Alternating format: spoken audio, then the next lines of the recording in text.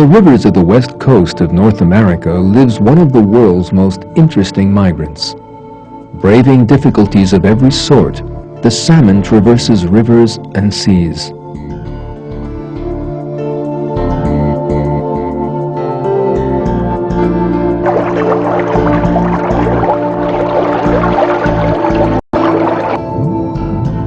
The life of a salmon begins when its mother lays her eggs in a stream.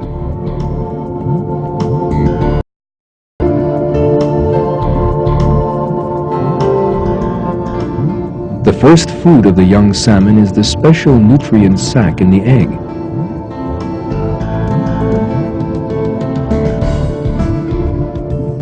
A few weeks later, they are big enough to find food for themselves in the stream. As they continue to grow, they spend about a year in the stream.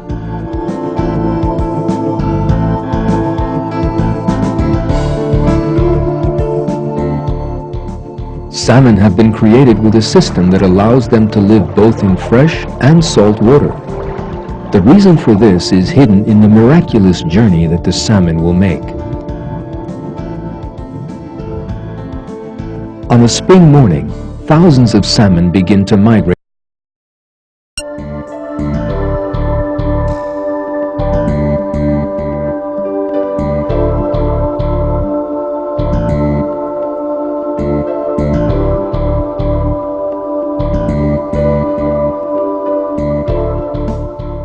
The place where they will arrive weeks later is the magnificent Pacific Ocean.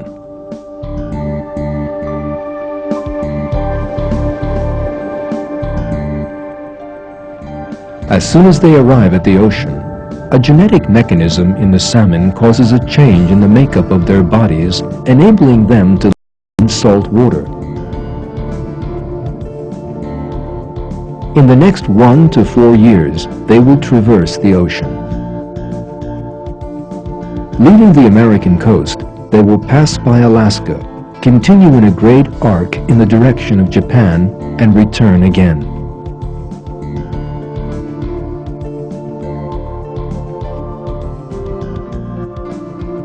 At the end of their journey, they are mature and ready for the final and most difficult journey of their lives.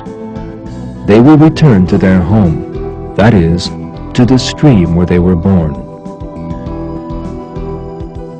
Now they begin to travel upstream in exactly the opposite direction to the one they traveled years earlier to reach the sea. No obstacle daunts them. They can jump high enough to scale waterfalls.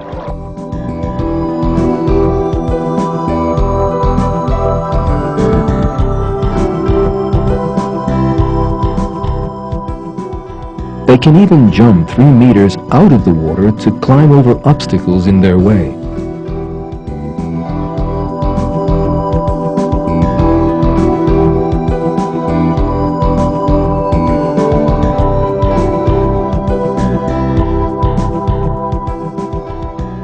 Sometimes they doggedly pursue their journey for distances reaching 3,200 kilometers. In the course of this journey, they eat nothing, using energy stored while they were in the ocean. Finally, those who survive, without fail, reach the river where they were born years earlier, and there lay their eggs. They have done their duty, and a short time later, they die.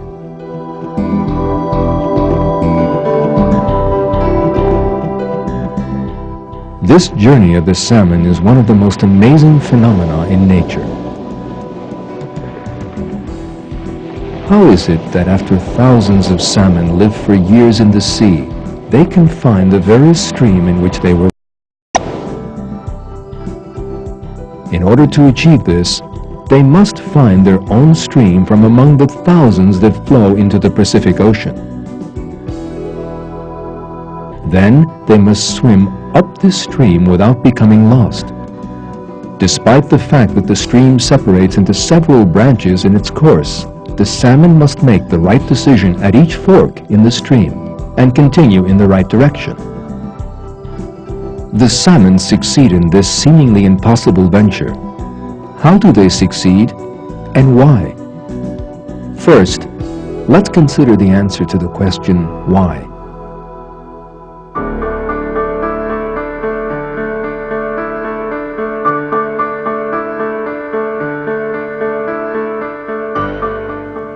Research has shown that salmon have been created with a special sensory system to enable them to make this journey. They have been created with a natural compass that lets them find their way in the ocean by sensing the Earth's magnetic field. Thanks to this, they are able to find their direction in the vast ocean without error.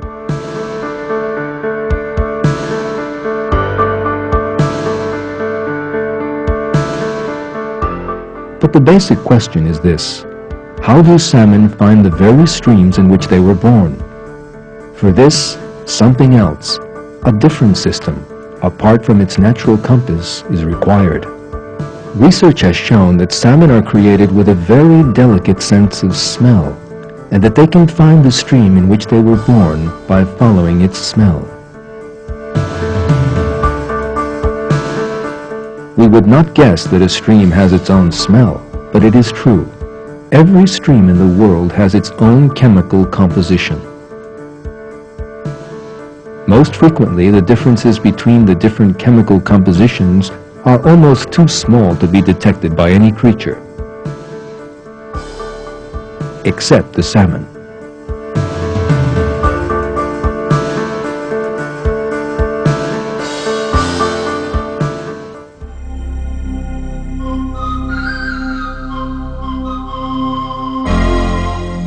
One of the most interesting occurrences which demonstrated the salmon's ability to find its direction happened in the Prairie Creek Fish Farm in Northern California. A discovery made at this farm revealed an incredible adventure of migration.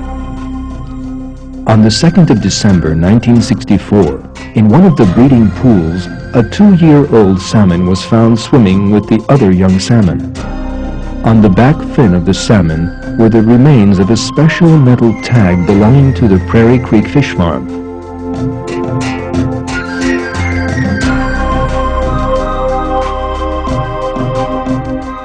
This showed that this salmon was one of those that had been found 2 years earlier in this farm and later released into the ocean. But how could this salmon have returned from the ocean and got into the farm's covered pool? There was a clue to how this could have happened. There was a box covered with a metal grill that opened into the overflow channel of one of the pools.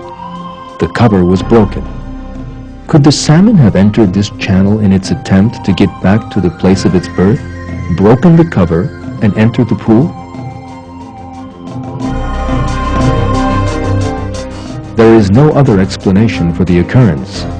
But it seems impossible when you consider the distance the salmon had to go from the ocean to this pool. In order for the salmon to get back to the farm where it was born, it had to begin its journey from this point, that is, from the point where the Redwood Creek flowed into the ocean.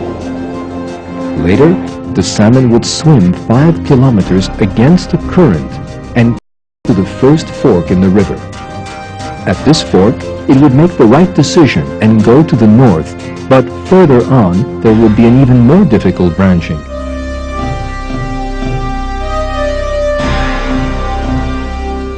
Here, the salmon would receive 2 very similar signals.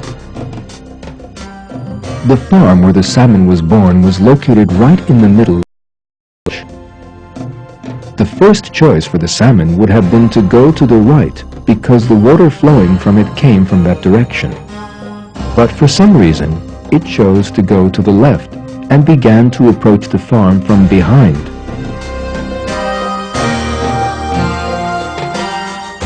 The reason for this surprising decision was to be found under the highway that passed through the area. Under the highway there was a channel that collected the water that overflowed from the fish farm. Most of the time, very little water flowed in the channel, and leaves absorbed it before it reached the river.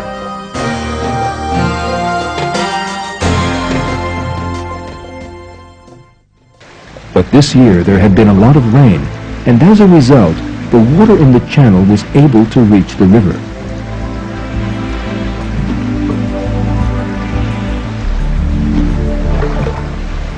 This current was enough to guide the salmon.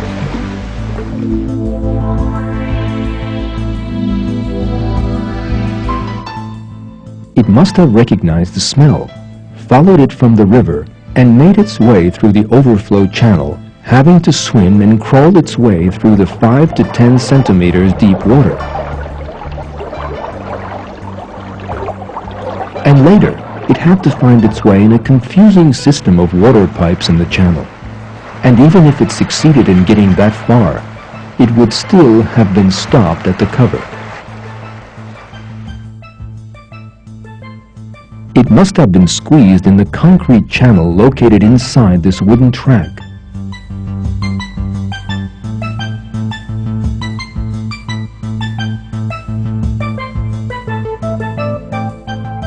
But the salmon did not give up.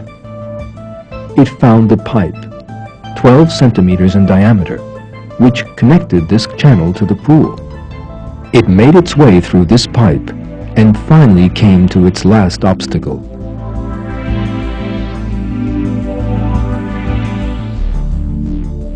It overcame this obstacle by hitting its head against it with great force.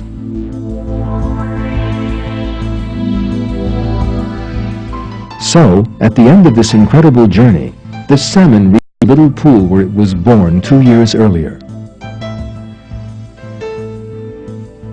When officials of the fish farm realized what had happened, they wondered whether there were salmon that had returned to their places of birth. In order to see what they might find, they took up the wooden planks and looked in the channel underneath.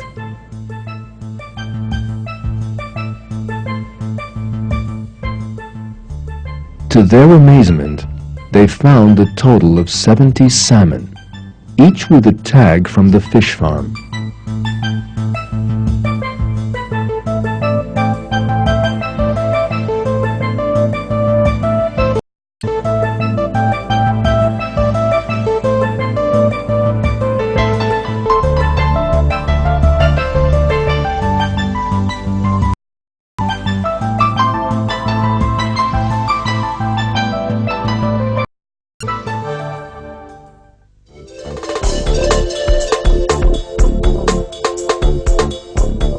This extraordinary story of the salmon gives us important proof of the creation.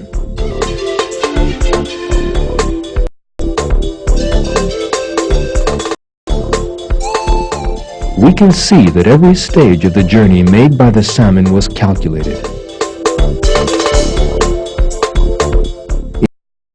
It's a great wonder that there is a program that directs the salmon to return years later to the river in which it was born.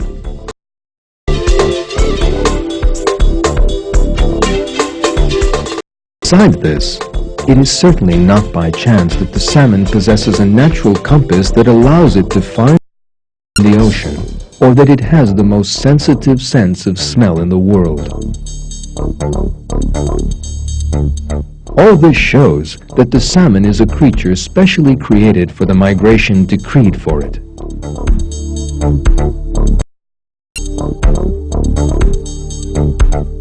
The one who created the salmon with all its extraordinary capabilities is Allah, the creator of all living things and the Lord of all the worlds.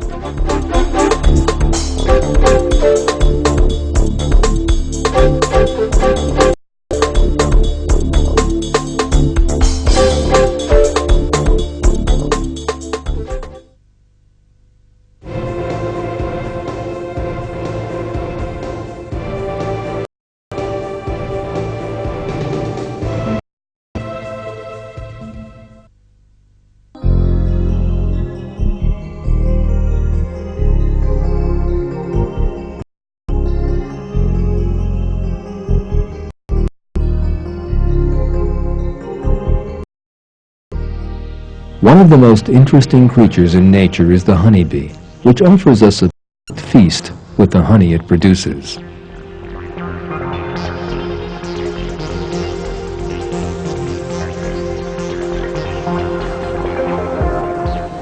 Honeybees live in colonies in hives they construct with great care.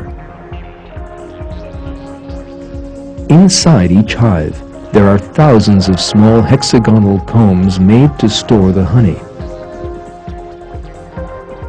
In order to fill these combs with honey, the bees have to collect nectar from flowers.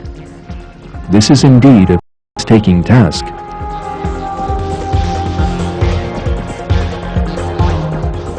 The latest scientific research has revealed that in order to produce half a kilo of honey, the bees must visit about 4 million individual flowers. Finding these flowers is in itself a difficult job. For this, the bees appoint some scouts and foragers from among their number.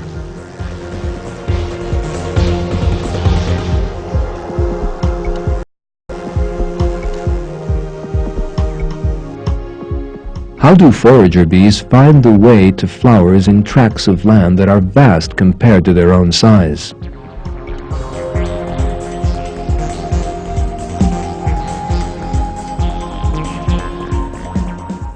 How do they find their way back to the hive without getting lost? How do they explain to the other bees the way to the source of the flower? When we examine these questions, we come up with some very interesting facts. On the screen you see a bee that has discovered a source of flowers. The job of this forager bee is to return to the hive and the other bee place where it found the flowers. As soon as the forager bee returns to its hive, it starts to describe the location of the flower's source it has discovered to the other bees. First, it lets the other bees taste a small bit of the nectar it has collected from the flowers, which gives them information about its quality. Then it begins its main task, describing the direction to the flowers. It does this in a very interesting way, by dancing. The forager begins to dance in the middle of the hive by shaking its body. It is difficult to believe, but in the course of this dance, the shaking will give the other bees all the information about where the flowers are located.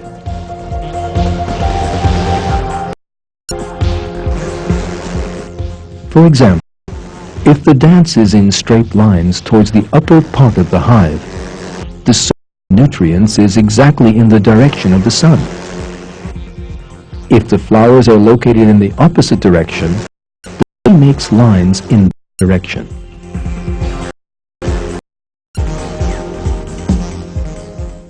Look, now the bee is dancing towards the right. This shows that the flower source is exactly 90 degrees to the right. And this forager bee is explaining to his nestmates a 45-degree inclination to the left of the sun.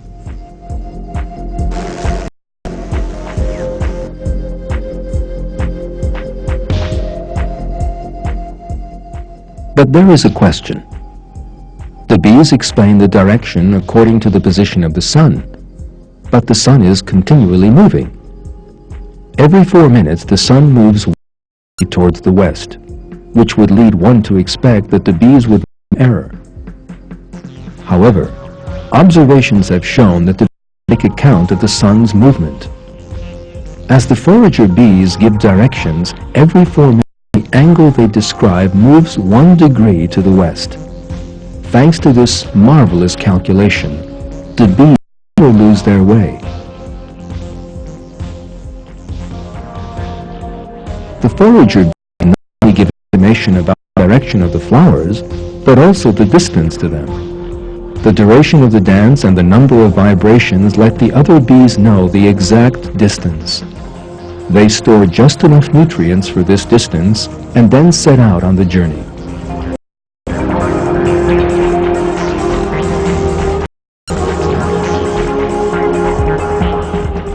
This wonderful specialization of bees was tested in an experiment done in California. In this experiment, 3 containers of sugar water were placed in 3 different locations. Shortly afterwards, forager bees discovered these sources. The forager bees that came to the first container were marked with a dot. Those who came to the second container were marked with a line. and those who were marked with a plus sign. Minutes later, bees in the hive were observed carefully watching forager bees.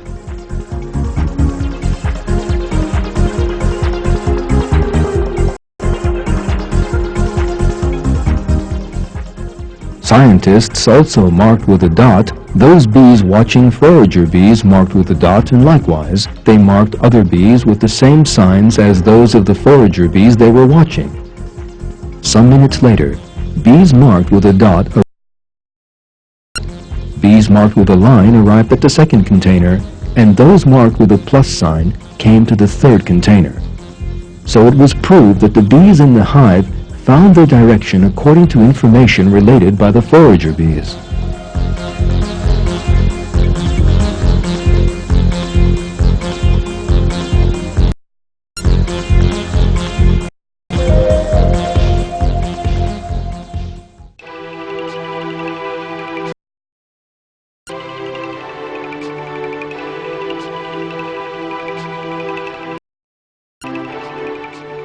All these facts should be carefully considered. Where did the bees get their amazing organization?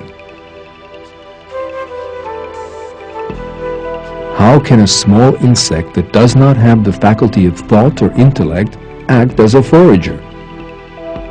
How can it think to search out sources of nutrients and inform its nestmates of them? Even if it thought about it, how could it develop a dance technique to inform the others where the source was located and the distance to it?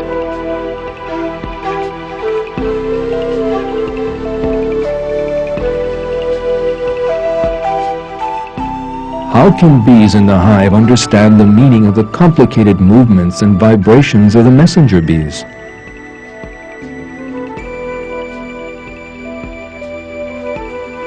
Darwin's theory of evolution claims that life on Earth came about by chance has no answer to these questions.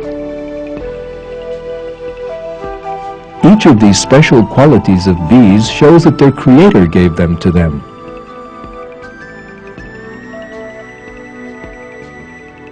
Allah created them and inspired them to do their work. This fact is in the Quran.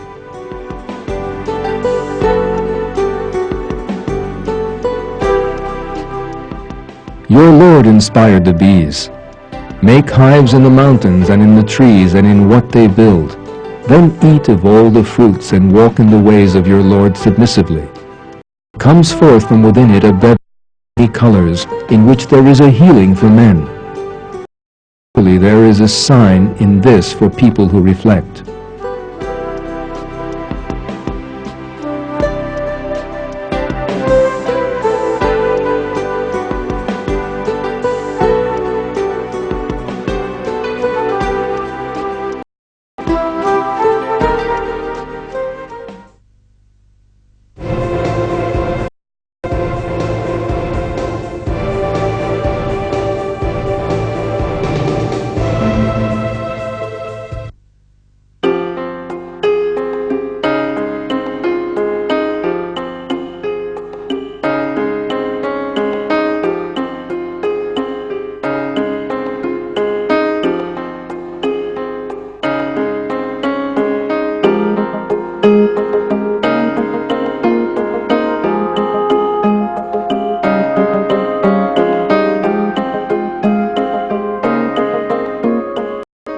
There is a remarkable kind of butterfly that lives in southern Canada.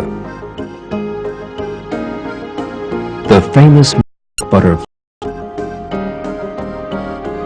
Every monarch, like every other butterfly, comes into the world after having gone through a perfectly designed series of changes. First, the mother butterfly deposits her eggs on a leaf.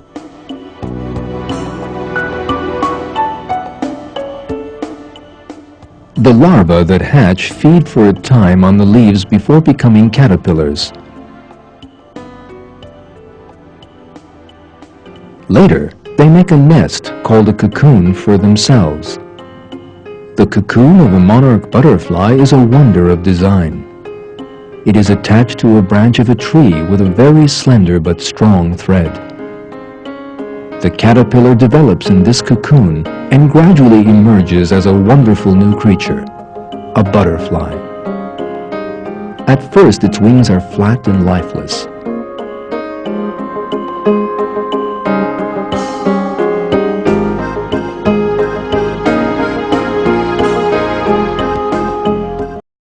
Expand as blood is pumped into them, and the monarch is ready to fly.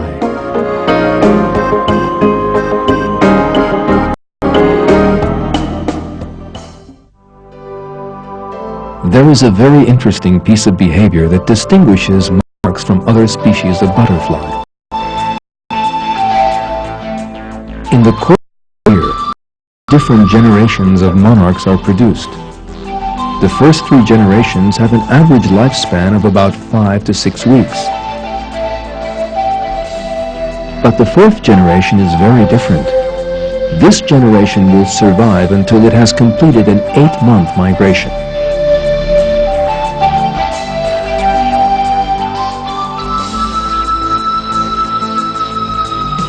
The migration begins from various monarch centers in southern Canada and moves further south. One group goes to California, and another group even further south to Mexico. It is interesting that all the monarchs meet each other on the way, as if they had received a command from one single center and continue together on the migration. The beginning of the monarch's migration has been planned from one single center. They do not start out on just any day, but on that one day in the autumn, the autumnal equinox, when day and night are the same duration. After flying for 2 months, they reach the hot forests of the south. Millions of monarchs cover the trees like a tissue, and for 4 months, from December to March, they stay there eating nothing. They survive on fat stored in their bodies and only drinking water.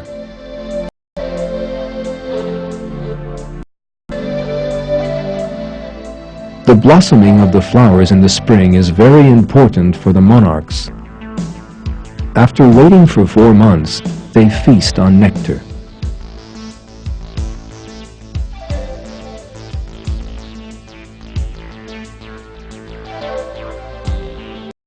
Now they have stored the energy they will need to return to Northern America. At the end of March, before beginning their journey, they meet.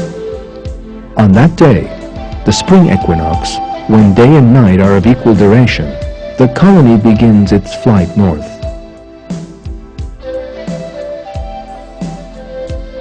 At the end of their journey, they reach Canada and die shortly afterwards.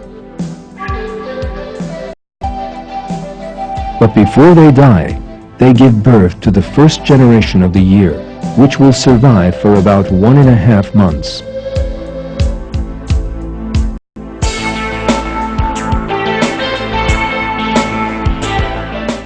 Later, the second and third generations are succeeded by the fourth, which will once again begin the migration. This generation will again live 6 months longer than the others, and thus the chain continues.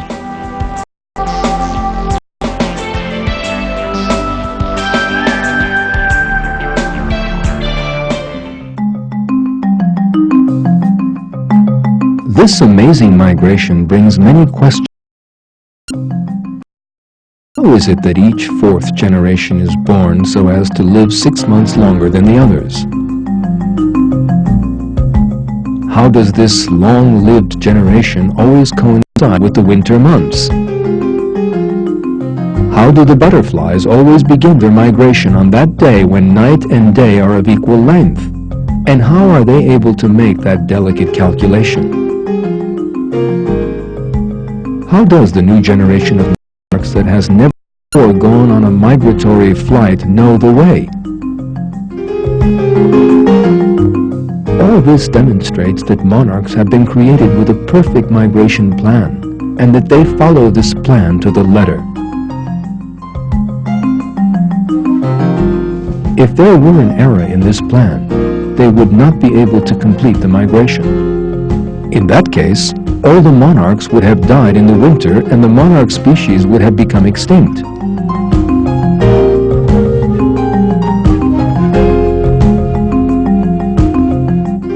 It is clear that these creatures have been created with this particular quality and that this extraordinary annual migration has been inspired in them. It is Allah, the Lord of the heavens and the earth, the creator and ruler of all beings, who is the author of this wondrous creation.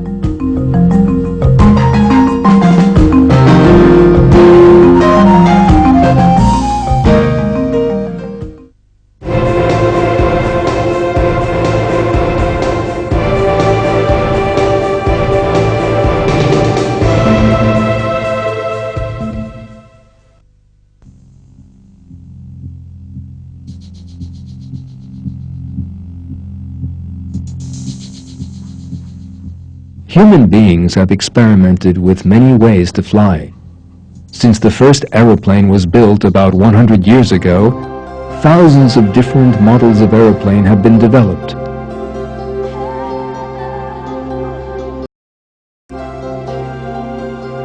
Countless numbers of scientists have tried to make better flight machines until finally they built today's flying machines with their wonderful designs.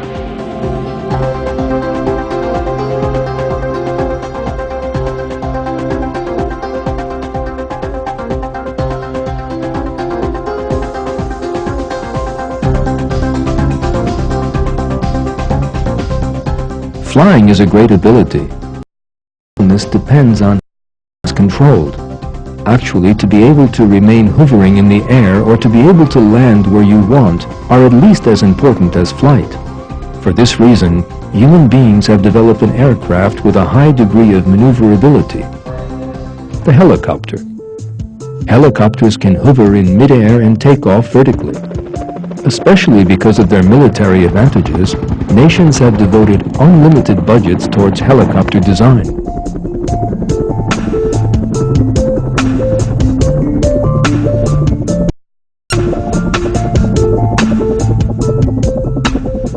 But recent research with a very amazing fact. Modern helicopter flight technology is quite primitive compared to that of a very small, animate flying creature. This living flying creature is the dragonfly. The flying system of the wonder of design, surpassing in flight technology machines created by human beings. For this reason, the design of the latest model of the world-famous Sikorsky helicopter was produced using the design of the dragonfly as a model. In this project, an IBM firm assisted in the design of the Sikorsky by loading images of a dragonfly in a spec. Afterwards, taking the example of the thousands of illustrations were made on the computer. Then, with the example of the flight technology of the dragonfly, the Sikorsky model was produced.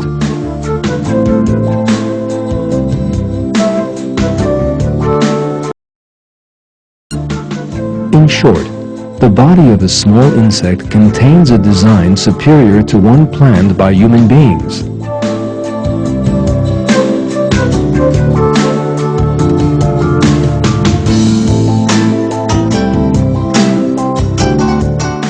The flight technology of the dragonfly and the design of its wings demonstrate a fact. This little creature shows us the wonder in the artistry of Allah.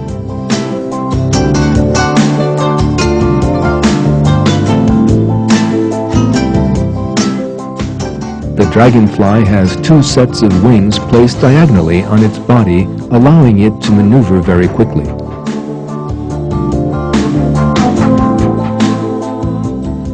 Dragonflies can reach a speed of 50 kilometers an hour in a very short time, which is very surprising for an insect.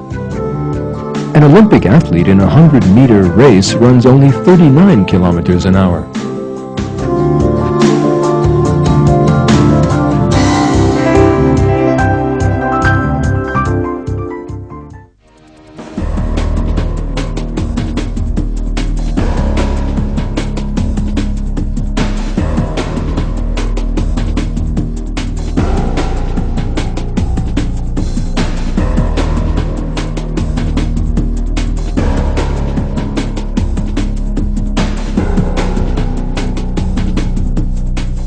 There is one other condition of good flight. Flight is very dangerous if it is not supported by a very good visual system. For this reason, modern airplanes and helicopters have an advanced visual system. The Dragonfly, too, has a highly advanced visual system. It has a total of 30,000 micro-eyes, and every eye is directed towards a different point. All information from these eyes is transmitted to the Dragonfly's brain, which processes it like a computer.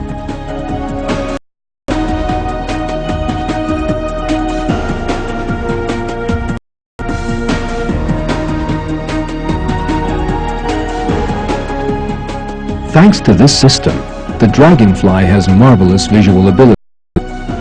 As for the maneuverability of the Dragonfly, it is more developed than that of a helicopter. For example, with a last-minute maneuver, it saves itself from a truck coming from the opposite direction.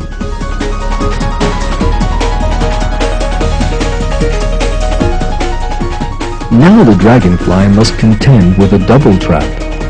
It must avoid striking the windshields of the oncoming automobile, and it must escape the rapacious birds that hunt it. And it succeeds in this with a very clever maneuver.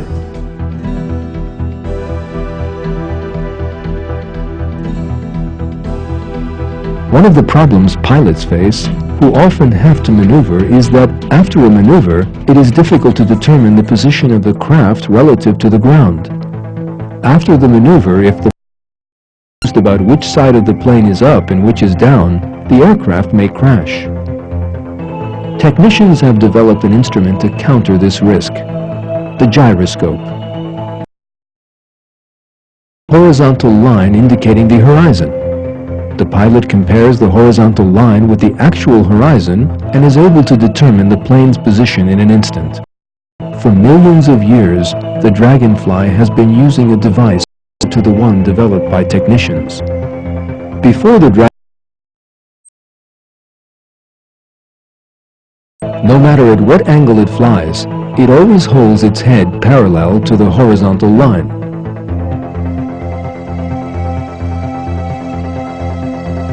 When the Dragonfly's body changes its position during flight, hairs between its body and its head are stimulated.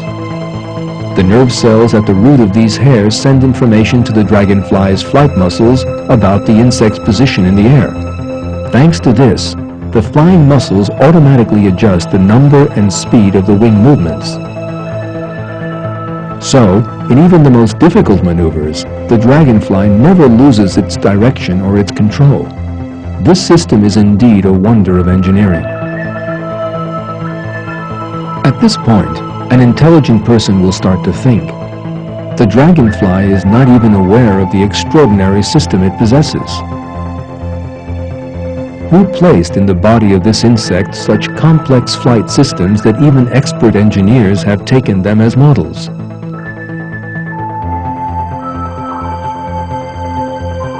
Who endowed this insect with its perfect wings, the motors that drive the wings, and the superior visual system? Who is the author of this excellent design?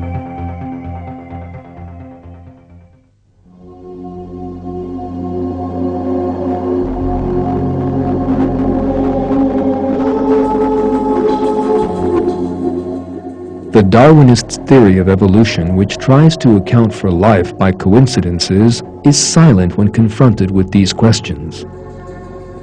It is impossible that the system in the body of the Dragonfly could have come about by evolution, that is, in a stage-by-stage development through chance. The reason for this is that for a living thing to survive, all these systems must exist at the same time and completely. The first Dragonfly in the world must have appeared with the same wonderful mechanisms possessed by these same insects today. The fossil record of natural history confirms this. The fossil record shows that dragonflies appeared on Earth all at once. The earliest known fossil of a dragonfly is 320 million years old.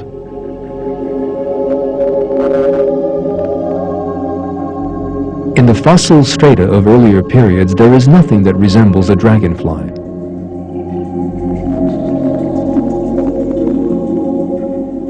Moreover, since the time the dragonfly appeared, the fossil record shows that it has undergone no evolution. The oldest are completely the same as those same insects living today.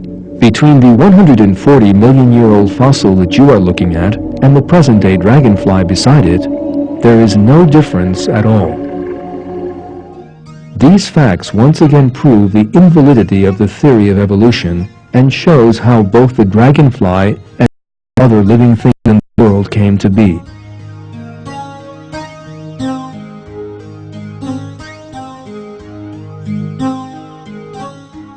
Allah, the Lord of all the worlds, created all living creatures, and every living thing is a proof of His existence. Apart from Allah, there is no other power strong enough to create even a fly. This fact is revealed by Allah in the Quran in these words.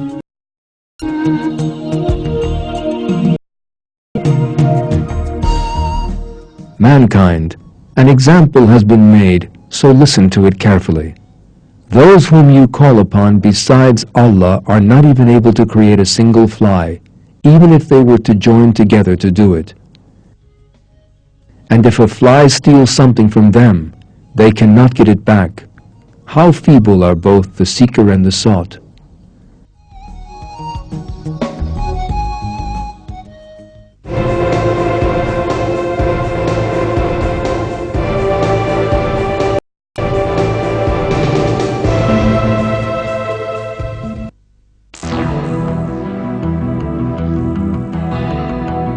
The creatures we have examined throughout this film are only a few of the wonders of creation found in nature.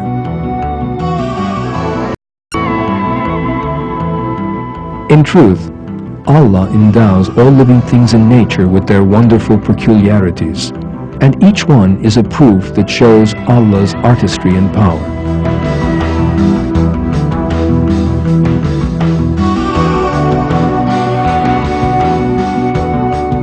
It is important to be able to see this wonderful creation in nature and to grasp its purpose. Allah wants us to think about creation and to draw conclusions from it. In a verse of the Quran, Allah says, "Say, travel about the earth and see how He brought creation out of nothing. Then later Allah will bring about the next existence. Allah has power over all things."